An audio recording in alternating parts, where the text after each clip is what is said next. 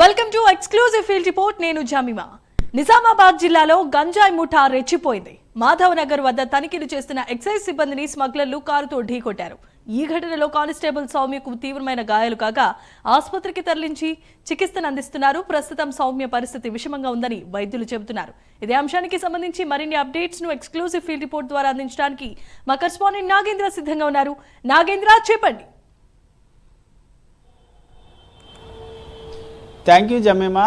తెలంగాణ రాష్ట్రంలో ఒకవైపు మత్తు పదార్థాలు అదేవిధంగా గంజాయిని అరికెట్టేందుకు ప్రభుత్వం ప్రణాళికలు రచించి ముందుకు వెళ్తుంటే, మరొకవైపు నిజామాబాద్లో మాత్రం గంజాయి బ్యాచ్ రోజు రోజుకి రెచ్చిపోతున్నటువంటి పరిస్థితి ఉంది. ప్రస్తుతం దానిలో భాగంగానే శుక్రవారం రాత్రి నిజామాబాద్ జిల్లా కేంద్రంగా శుక్రవారం రాత్రి నిజామాబాద్కి సంబంధించినటువంటి ఎక్సైజ్ కానిస్టేబుళ్ళు ముఖ్యంగా వీళ్ళంతా కూడా తనిఖీలు చేస్తున్నటువంటి సమయంలో శుక్రవారం రాత్రి తనిఖీలు చేస్తున్నటువంటి సమయంలో సౌమ్య అనేటటువంటి కానిస్టేబుల్ని గంజాయి బ్యాచ్ కారుతో గుర్తి పరారైనటువంటి పరిస్థితి ఉంది. ఈ సందర్భంగా తీవ్ర గాయాల పాలైనటువంటి సౌమ్య కండిషన్ ప్రస్తుతం చాలా క్రిటికల్గా ఉందంటూ కూడా నిమ్స్ హాస్పిటల్ వైద్యులు చెప్తున్నటువంటి పరిస్థితి కనిపిస్తుంది. ముఖ్యంగా గంజాయి బ్యాచ్ని తనిఖీలు చేస్తున్నటువంటి సమయంలో పట్టుకునేటటువంటి క్రమంలో సౌమ్యని కారు గుద్ది గంజాయి బ్యాచ్కి సంబంధించినటువంటి కారు గుద్ది వెళ్ళిపోయినటువంటి పరిస్థితి. ప్రస్తుతం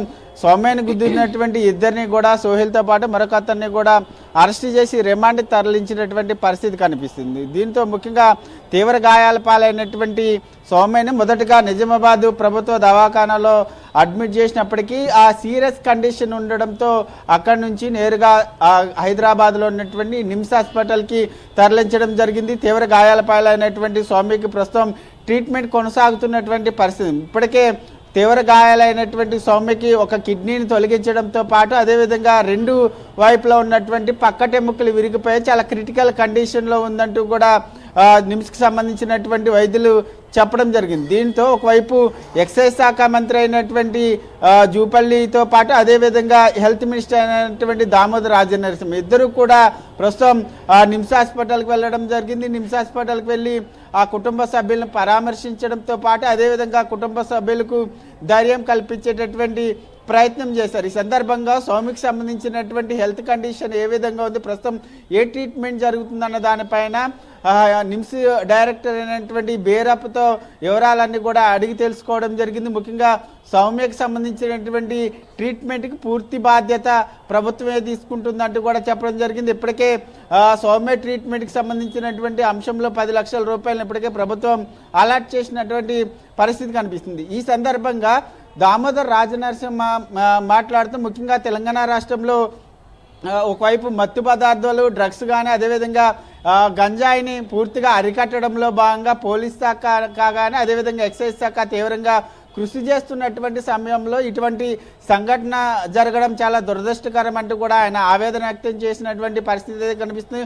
మరొకవైపు ఈ సంఘటనకు సంబంధించినటువంటి అంశంలో మరొక కోణం బయటపడింది. ముఖ్యంగా ఈ ఎక్సైజ్ శాఖకు సంబంధించినటువంటి అంశంలో ప్రధానంగా ఆ రోజు శుక్రవారం రోజున అక్కడ ఉన్నటువంటి సీఏ అదేవిధంగా మరొక కానిస్టేబుల్ కావాలని ఇది నకిలీ ప్లాన్ అమలు చేశారు. ముఖ్యంగా ఉన్నతాధికారుల దగ్గర మెప్పు పొందడం కోసమే ఈ నకిలీ ప్లాన్ అమలు చేసి ముఖ్యంగా కొంతమంది గంజాయి బ్యాచ్తో ఈ ప్లాన్ అమలు చేశారు. కావాలనే వాళ్ళని పట్టుకున్నట్టు యాక్ట్ చేసి కావాలనే మెప్పు పొంది అధికారుల దగ్గర ఈ మెప్పు పొందాలనేటటువంటి ఆ ప్లాన్లో భాగంగానే ఈ ప్లాన్ చేశారు.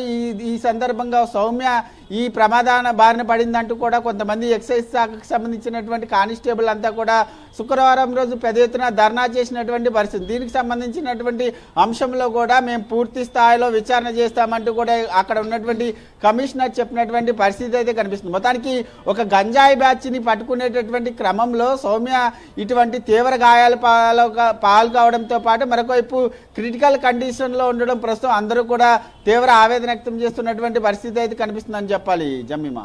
Right, thanks for the updates Nagendra.